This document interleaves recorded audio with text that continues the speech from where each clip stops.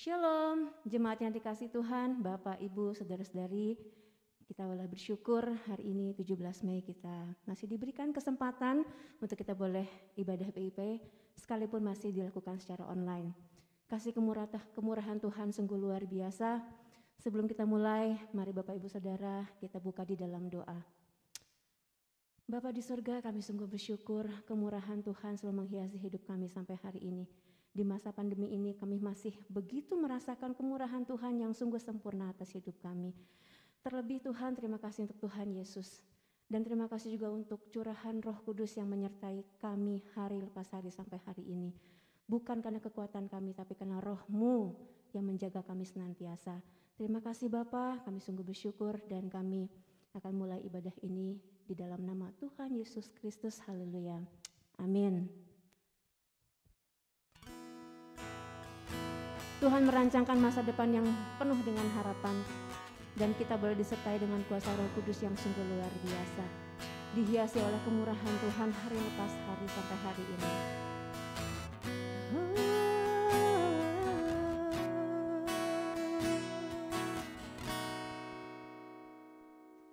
Kau hiasi kehidupanku dengan kemurahan-Mu.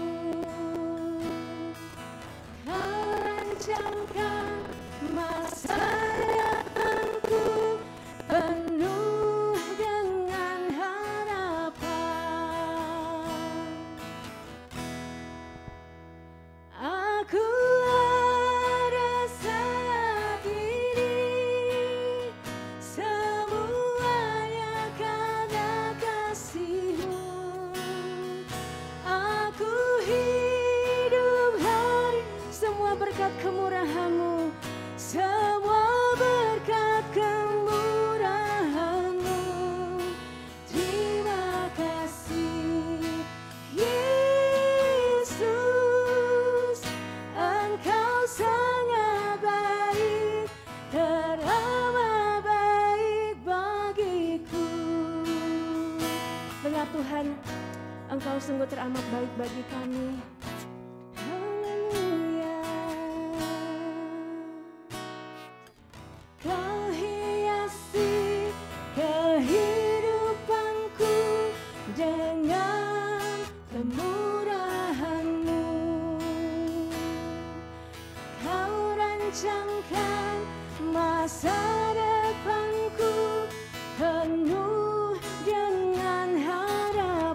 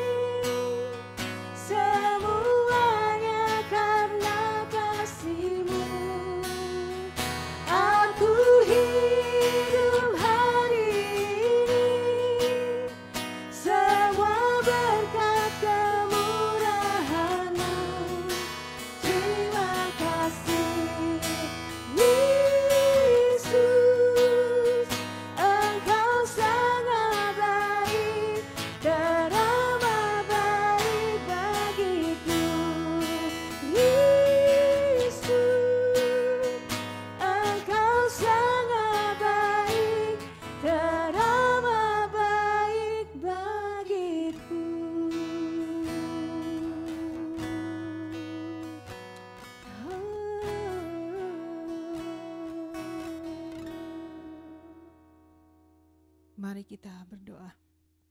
Bapa, kami mengucap syukur Tuhan untuk setiap kebaikan Tuhan di dalam kehidupan kami. Ini kami Tuhan, kami rindu untuk mendengar firman Tuhan, untuk dibentuk dan diproses seturut kehendak Tuhan. Bapa, ini kami anak-anak-Mu Tuhan, kami mau berdiam diri di hadapan Engkau. Mari Engkau kuduskan dan sucikan, baik hamba-Mu yang menyampaikan firman Tuhan, maupun anak-anak-Mu yang kekasih yang boleh mendengarkan firman Tuhan. Terpujilah nama-Mu ya Bapa. Di dalam nama Tuhan Yesus, kami menyerahkan pemberitaan firman ini ke dalam tangan kuasa Roh Kudus. Haleluya. Amin. Shalom Bapak Ibu Saudara, bersyukur bahwa kita masih diberi kesempatan. Ini sudah hari keempat masa penghayatan iman Pentakosta kita. Dan sebelumnya mari kita membuka Alkitab kita. Kita akan membaca ayat yang didasarkan pada kitab Kisah Para Rasul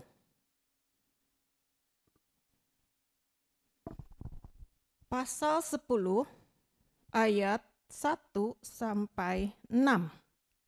Saya akan bacakan, tetapi secara keseluruhan itu diambil dari satu pasal, yaitu pasal 10. Tetapi yang akan saya bacakan di sini hanya ayat 1 sampai 6. Di Kaisarea ada seorang yang bernama Cornelius, seorang perwira pasukan yang disebut pasukan Italia. Ia saleh, ia serta seisi rumahnya takut akan Allah, dan ia memberi banyak sedekah kepada umat Yahudi dan senantiasa berdoa kepada Allah. Dalam suatu penglihatan kira-kira jam 3 petang, jelas tampak kepadanya seorang malaikat Allah masuk ke rumahnya dan berkata kepadanya, "Cornelius." Ia menatap malaikat itu dan dengan takut ia berkata, "Ada apa Tuhan?" Jawab malaikat itu, "Semua doamu dan sedekahmu telah naik ke hadirat Allah dan Allah mengingat engkau. Dan sekarang suruhlah beberapa orang ke Yope untuk menjemput seorang yang bernama Simon dan yang disebut Petrus." Ayat 6. Ia menumpang di rumah seorang penyamak kulit yang bernama Simon yang tinggal di tepi laut. Demikian pembacaan firman Tuhan. Saudara, untuk kesekian kalinya kita menyelenggarakan malam-malam penghayatan iman Pentakosta, mungkin ada yang turun, ada yang kurang selama ini, ya. Apalagi sih yang belum kita memiliki selama ini? Apalagi yang masih kurang bagi kita? Di dalam ayat yang sudah kita baca tadi, sampai dengan ayat 2 itu baik sekali ya saudara. Ayat 2, Cornelius itu seorang yang saleh.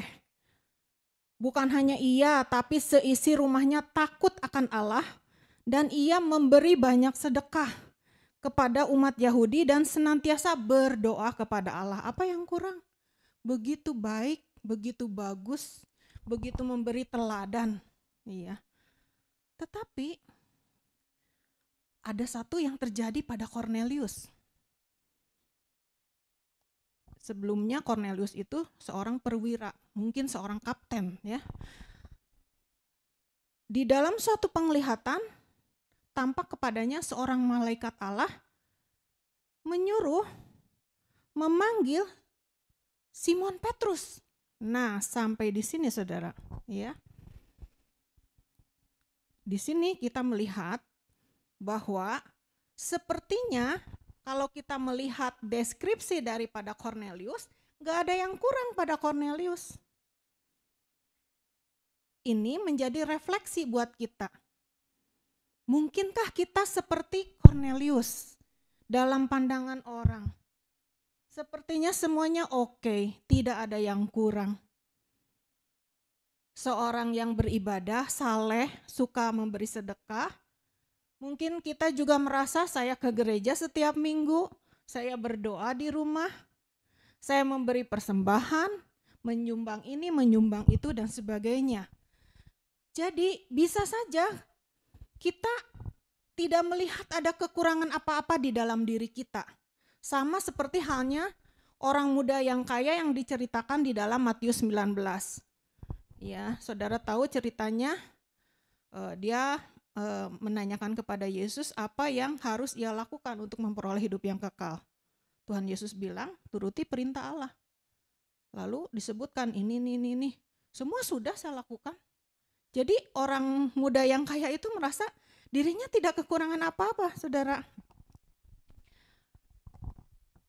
Atau mungkin kita seperti Nikodemus, ya, seorang pemimpin agama, pemuka agama, sepertinya semuanya oke.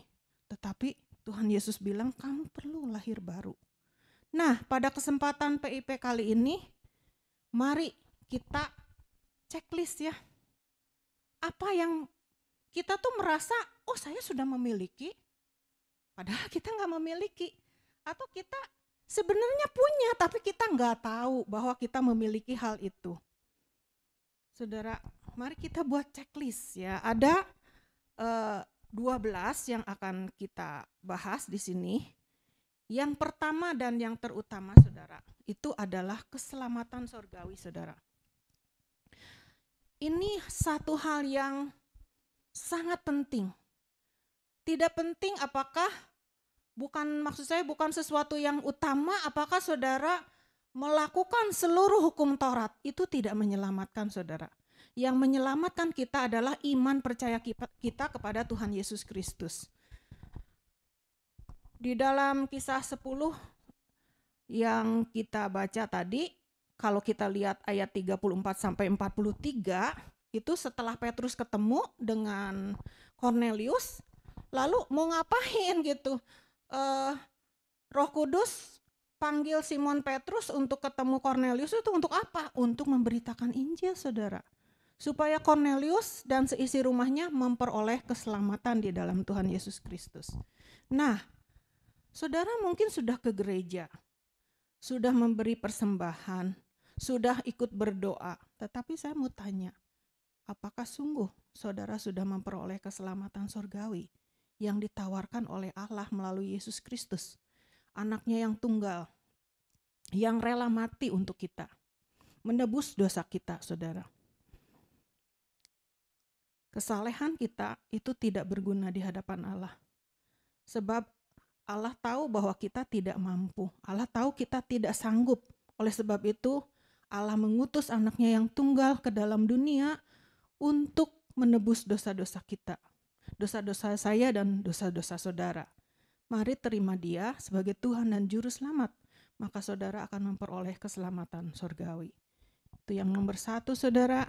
Jadi silahkan checklist di dalam hati masing-masing. Apakah saudara yakin saudara sudah menerima keselamatan surgawi?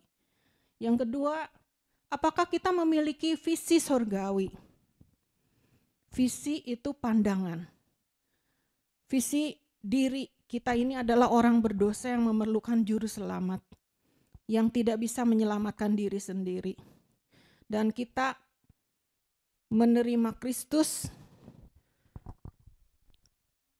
sehingga kita ke depannya itu akan seperti Kristus, memiliki karakter Kristus.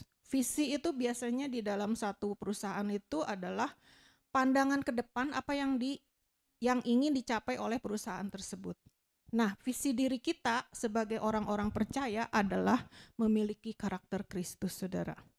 Dan visi iman bahwa Tuhan itu masih sedang dan terus memproses kita sampai kita serupa dengan Kristus. Visi pelayanan. Apakah saudara saat ini sudah memiliki visi pelayanan? Panggilan saudara di mana? Mungkin tidak harus di atas mimbar, mungkin tidak harus memimpin puji-pujian, tetapi bisa saja melalui profesi yang saudara jalani, saudara. Kita perlu mendengar suara Tuhan, apa panggilan hidup kita. Apa yang harus kita lakukan di dalam kehidupan kita? Di mana kita melayani? Itu sangat penting. Nah, apakah saudara sudah memiliki semua visi ini? Kemudian juga, apakah saudara memiliki visi pembentukan? Bahwa kita ini perlu terus dibentuk, diproses di dalam Tuhan untuk kita menjadi semakin baik, semakin indah, semakin sempurna di dalam Tuhan. Atau di dalam gereja kita juga memiliki visi. Gereja kita memiliki visi, yaitu gereja idaman Kristus. Di mana ada 5P, saudara ya. P yang pertama itu persekutuan yang hidup dan nyata. Yang kedua itu pembinaan yang cukup dan merata. Yang ketiga itu penyembahan yang benar, wajar, indah, meriah, penuh kuasa Roh Kudus. Wajar ya saudara, tidak dibuat-buat. Indah, meriah, penuh kuasa Roh Kudus.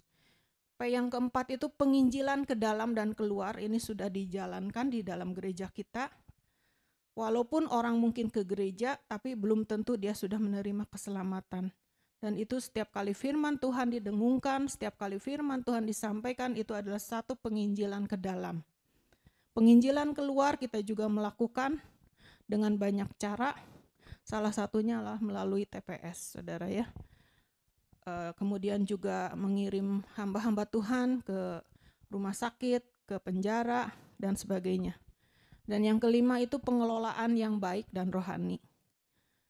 Di dalam satu gereja Tuhan, maka itu harus bersifat rohani, bukan bersifat kedagingan, bukan semata mencari untung, bukan semata untuk mencari penghasilan bagi hamba-hamba Tuhan, saudara. Tetapi pengelolaannya yang baik dan rohani. Dan yang ketiga, saudara, kita memiliki berkat perjanjian baru, yaitu urapan perjanjian baru. Di dalam 1 Yohanes 2 ayat 27 dikatakan, di dalam diri kamu tetap ada pengurapan yang telah kamu terima daripadanya. Yeskiel 36 ayat 26, Rohku akan kuberikan diam di dalam batinmu, dan aku akan menjauhkan dari tubuhmu hati yang keras, dan akan kuberikan kepadamu hati yang taat. Saudara, Allah memberikan rohnya tinggal di dalam kita, dan memampukan kita menjadi penurut-penurut Allah. Manusia lama kita tidak akan sanggup mentaati atau menjalankan firman Tuhan yang Tuhan mau kita lakukan di dalam kehidupan kita. Dan patut dicatat saudara bahwa semua orang Kristen itu sudah diurapi pada saat dia menerima Tuhan Yesus Kristus sebagai Tuhan dan Juru Selamat. Kita dipilih, kita dipanggil untuk melakukan pekerjaan baik yang dipersiapkan Allah sebelumnya. Saudara, pengurapan itu sebenarnya berasal dari para gembala zaman dulu, itu mengurapi dombanya, kepala dombanya itu dengan oil, dengan minyak, supaya apa? Supaya kutu-kutu tidak masuk ke dalam telinga si domba, ya, yang mungkin bisa menyebabkan si domba itu mati, ya saudara. Jadi di sini urapan itu adalah simbol dari berkat perlindungan dan pengesahan. Di dalam kata Yunani dalam perjanjian baru adalah krio, yaitu untuk mengolesi, menggosok dengan minyak untuk mentahbiskan jabatan atau ibadah atau panggilan hidup, misalnya menjadi raja atau nabi. Saya mau bacakan di dalam 2 Korintus 1 ayat 21 dan 22.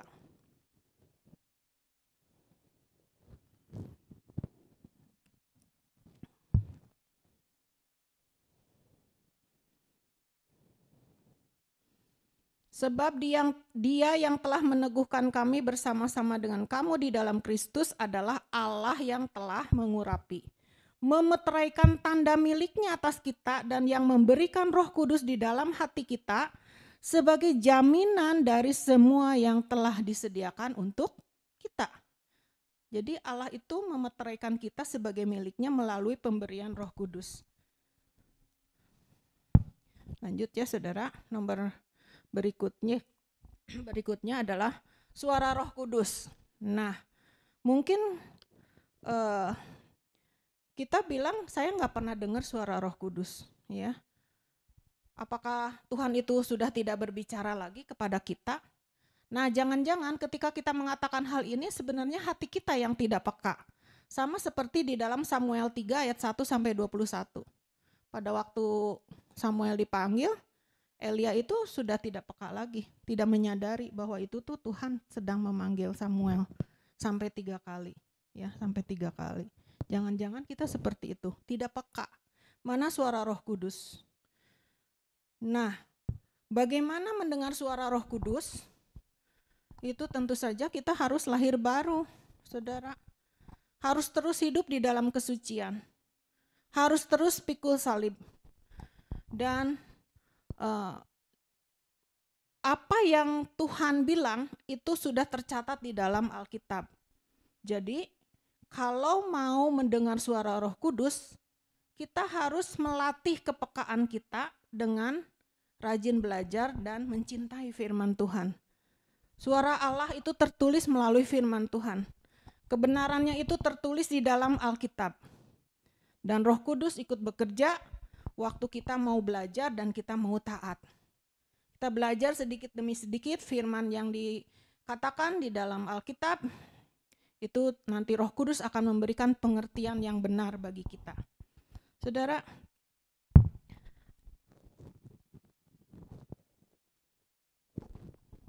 nah, satu hal yang penting, suara Roh Kudus itu selalu cocok dengan firman Tuhan. Iya, jangan-jangan itu suara hati kita atau suara setan. Yang berikutnya adalah bahwa melalui kematian Kristus dan kita menerima Yesus sebagai Tuhan dan Juru Selamat, kita diperdamaikan dengan Allah yang asalnya seteru, kita menjadi sahabat Allah. Dari jauh menjadi dekat. Dan tema tahunan kita, GGP Shalom, itu adalah Yesus Immanuel dan seterusnya, ya. Jadi selalu memakai kata Yesus Immanuel. Itu baik sekali untuk mengingatkan kita bahwa Allah itu senantiasa bersama dengan kita. Melalui Roh Kudusnya, Tuhan membimbing kita, Tuhan menjagai kita, Tuhan mengarahkan kita. Tuhan itu juru selamat kita dan dialah pengharapan kita yang hidup, saudara. Allah beserta kita di dalam proses kehidupan kita sehari-hari. Hanya kita perlu menyerahkan diri kita kepada pimpinan Roh Kudus. Dan melalui Yesus dan Roh Kudus kita memperoleh jaminan keselamatan, saudara. Di dalam Yudas 24-25 dikatakan, Tuhan berkuasa menjaga supaya kamu jangan tersandung dan membawa kamu yang tak bernoda di hadapan kemuliaannya. Tuhan itu setia, dia tidak akan meninggalkan kita, dia akan menjagai kita sampai kita masuk ke surga mulia dengan tidak bercacat. Sampai kita memiliki karakter seperti Kristus dan kita diterima Allah Bapa di surga, saudara. Dan satu lagi mengenai bahasa baru. Saya tidak akan bahas mengenai bahasa roh, nanti mungkin ada bagian yang saudara hamba Tuhan yang lain yang akan menguraikan mengenai bahasa roh. Tetapi satu hal, bahasa baru yang ingin saya utarakan di sini adalah bahwa kita sebagai orang-orang yang sudah menerima Yesus sebagai Tuhan dan Juru Selamat, kita lahir baru di dalam roh dan kita belajar mulai dari bayi secara rohani, menjadi balita, menjadi remaja, menjadi dewasa, maka keseluruhannya berubah, saudara. Manusia lama kita semakin hilang kuasanya, saudara. Kita diubahkan menjadi manusia baru. Kita memiliki bahasa yang baru. Nah, sekarang checklist bagi diri kita. Apakah kita sudah memiliki bahasa yang baru? Yang bahasa baru yang saya maksudkan itu bukan bahasa yang tidak seorang pun mengerti. Atau bahasa yang asing. Tetapi bahasa baru yang saya maksudkan di sini adalah bahasa yang baik, yang sopan, yang positif, yang memberkati banyak orang. Bukan lagi bahasa yang lama, bahasa kebun binatang, bahasa yang tidak sesuai dengan status kita sebagai anak Allah. Caci maki, sumpah serapah, kutuk dan sebagainya. Tetapi kita mau mempermuliakan Allah di dalam seluruh aspek kehidupan kita, di dalam seluruh segi diri kita, saudara-saudara.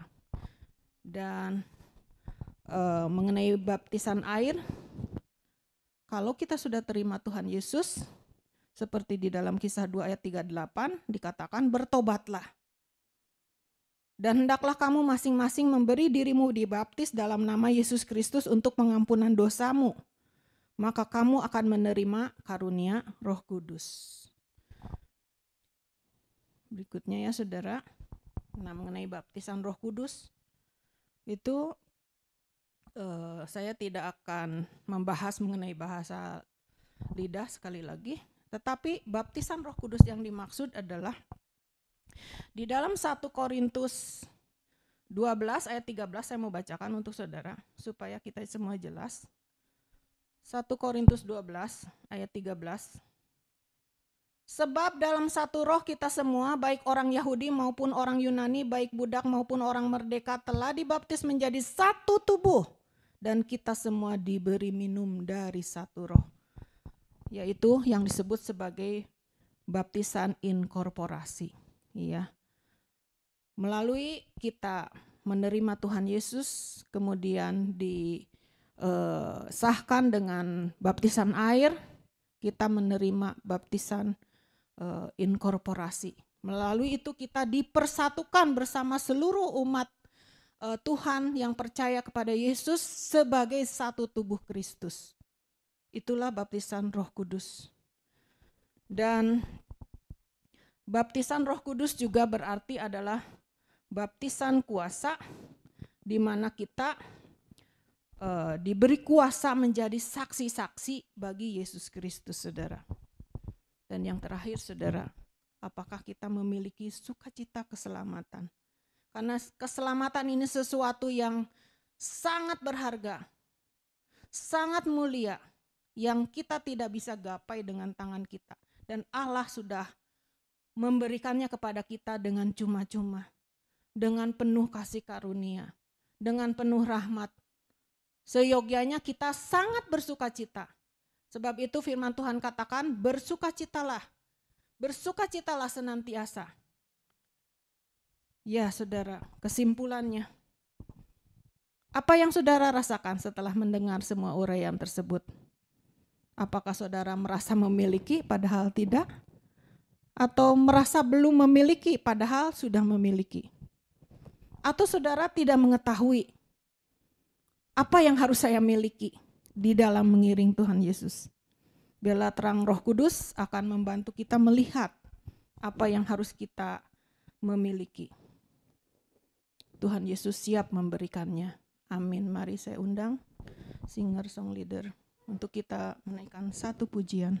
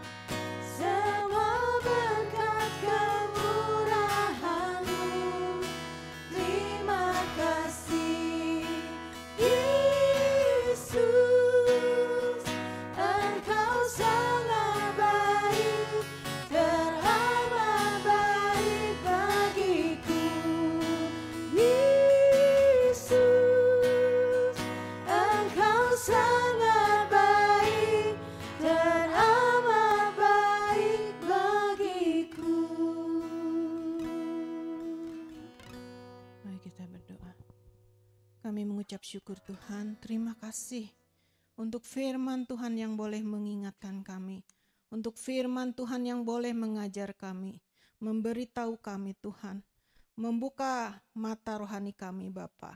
Betapa Engkau sungguh luar biasa di dalam kehidupan kami. Terima kasih untuk semua yang Tuhan sudah beri. Terima kasih untuk semua yang Tuhan sudah lakukan di dalam kehidupan kami. Ini kami anak-anak-Mu Tuhan, biarlah kami boleh peka terhadap suara Roh Kudus, sehingga kami mampu menimbang. Terima kasih Bapak, terima kasih untuk firman Tuhan. Biarlah Roh Kudus boleh memeteraikan di dalam hati kami masing-masing, bahwa Tuhan sudah begitu baik bagi kami, memberikan setiap hal yang kami perlukan.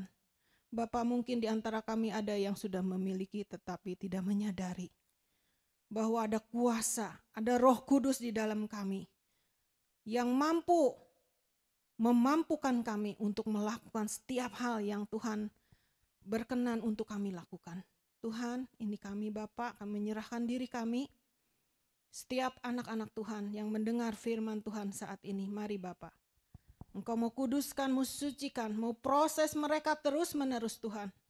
Sehingga mereka sungguh boleh memiliki karakter Kristus di dalam hidup mereka. Bapa, saat ini kami ingin berdoa Tuhan untuk gereja kami yang sedang melaksanakan penghayatan iman Pentakosta. Supaya kami boleh lebih melek, boleh lebih celik, boleh lebih mengerti, boleh lebih mengenal Roh Kudus di dalam kehidupan kami. Boleh lebih dekat kepada Yesus, boleh lebih dekat kepada Roh Kudus. Tuhan, kami menyerahkan kehidupan kami biar Roh Kudus boleh memimpin kami, membimbing kami Tuhan. Mungkin ada banyak pergumulan anak-anak Tuhan yang hadapi saat ini, teristimewa di masa pandemi COVID-19 ini Tuhan. Ini kami Bapa, kami punya pengharapan yang hidup di dalam Yesus Kristus. Bahwa Engkau sanggup, Engkau memampukan, Engkau memberikan kekuatan. Apapun keadaan kami saat ini Tuhan, kami tidak mengerti satu persatu. Engkau yang tahu Bapa, tetapi satu hal kami percaya, Engkau akan memberikan kekuatan, Engkau akan memberikan jalan keluar, bahkan Engkau akan menyelesaikan masalah COVID ini Tuhan. Bapa, kami menyerahkan Tuhan juga program pemerintah yang sedang berlangsung untuk vaksinasi, tahap 1 dan mulai juga tahap 2 Tuhan, yang menyerahkan proses semuanya. Tuhan berkati orang-orang yang bekerja di lapangan, berikan roh kejujuran kepada mereka Tuhan. Supaya mereka tidak melakukan penyimpangan-penyimpangan. Tuhan mau memberkati seluruh proses vaksinasi di seluruh Indonesia dan juga di negara-negara. Juga tolong Tuhan untuk Malaysia, untuk India. Begitu banyak mayat seolah itu bangkai yang tidak berharga Tuhan. Kami mau menyerahkan Tuhan, tolong supaya juga Tuhan bagi masyarakat Indonesia diberi kesadaran untuk menjaga prokes, supaya sungguh negara ini boleh memberantas COVID-19 ini Tuhan. Dan kami boleh hidup secara normal seperti biasa. Bapak, terima kasih Tuhan, biarlah keadaan seperti biasa normal sehingga usaha-usaha boleh tetap, boleh menggeliat, boleh berjalan kembali Tuhan. Ada banyak keluarga yang kesulitan secara finansial karena masalah ini. Tuhan tolong, teristimewa anak-anak Tuhan, teristimewa di GGP Shalom. Engkau melawat jemaat-Mu Tuhan, Tuhan tolong, Tuhan jagai. Bapak, kami juga berdoa untuk gembala jemaat kami, Bapak Almon dan Ibu Sarah Retika, yang sudah sepuh, tapi kami bersyukur bahwa Tuhan tetap melindungi, Tuhan tetap memberkati, Tuhan memberikan hikmat, kekuatan, kesehatan, juga memberkati seluruh anggota keluarga, menjadi berkat kemuliaan bagi nama Tuhan. Berdoa untuk setiap komisi di dalam GGP Shalom, kaum pria, kaum wanita, lansia, PMKP Youth, Sunda, remaja dan sekolah minggu. Tuhan, kami menyerahkan semuanya. Walaupun kebaktian berlangsung secara online, Tuhan tetap urapan-Mu tetap atas kami. Sehingga semua jemaat Tuhan tidak kekeringan secara rohani. Mereka boleh tetap mendapat makanan secara rohani. Sehingga kami semua tetap sehat, tetap kuat di dalam Engkau. Terima kasih ya Allah. Kami juga berdoa untuk setiap proses penginjilan yang mungkin terhambat. Tapi kami percaya, kami melihat bahwa Tuhan bisa memakai setiap cara untuk memberitakan kebenaran firman Tuhan. Berkati setiap alat elektronik, media sosial, gadget, semua Tuhan, biarlah itu boleh menjadi sarana untuk memberitakan kebenaran firman Tuhan. Untuk memberitakan kabar sukacita bagi seluruh dunia. Dan kami berdoa, biarlah banyak jiwa yang boleh datang ke hadapan Tuhan, menyerahkan hidup mereka dan menerima Engkau sebagai Tuhan dan Juru Selamat. Terpuji namamu ya Bapa. Dan terakhir Tuhan, kami juga bersyukur untuk setiap kami yang sudah melayani saat ini. Tuhan memberikan kekuatan, kesehatan, kemampuan, sukacita, damai sejahtera boleh melayani Engkau. Kami kembalikan setiap kemuliaan hanya bagi namamu. Tidak ada satupun motivasi yang salah yang boleh ada di dalam diri kami. Bapa, segala kepujian, hormat, kemuliaan hanya bagi namamu. Kami menyerahkan hidup kami selanjutnya di dalam tangan pimpinan Tuhan. Ini kami anak-anak-Mu Tuhan. Saudara-saudara, biarlah berkat daripada Allah Bapa turun atas Engkau, semakin melimpah. Kasih karunia Tuhan Yesus itu cukup bagi Engkau. Dan kuat kuasa di dalam persekutuan dengan Roh Kudus. Tetap sampai selama-lamanya. Sampai kita bertemu muka dengan Allah Bapa di surga. Haleluya.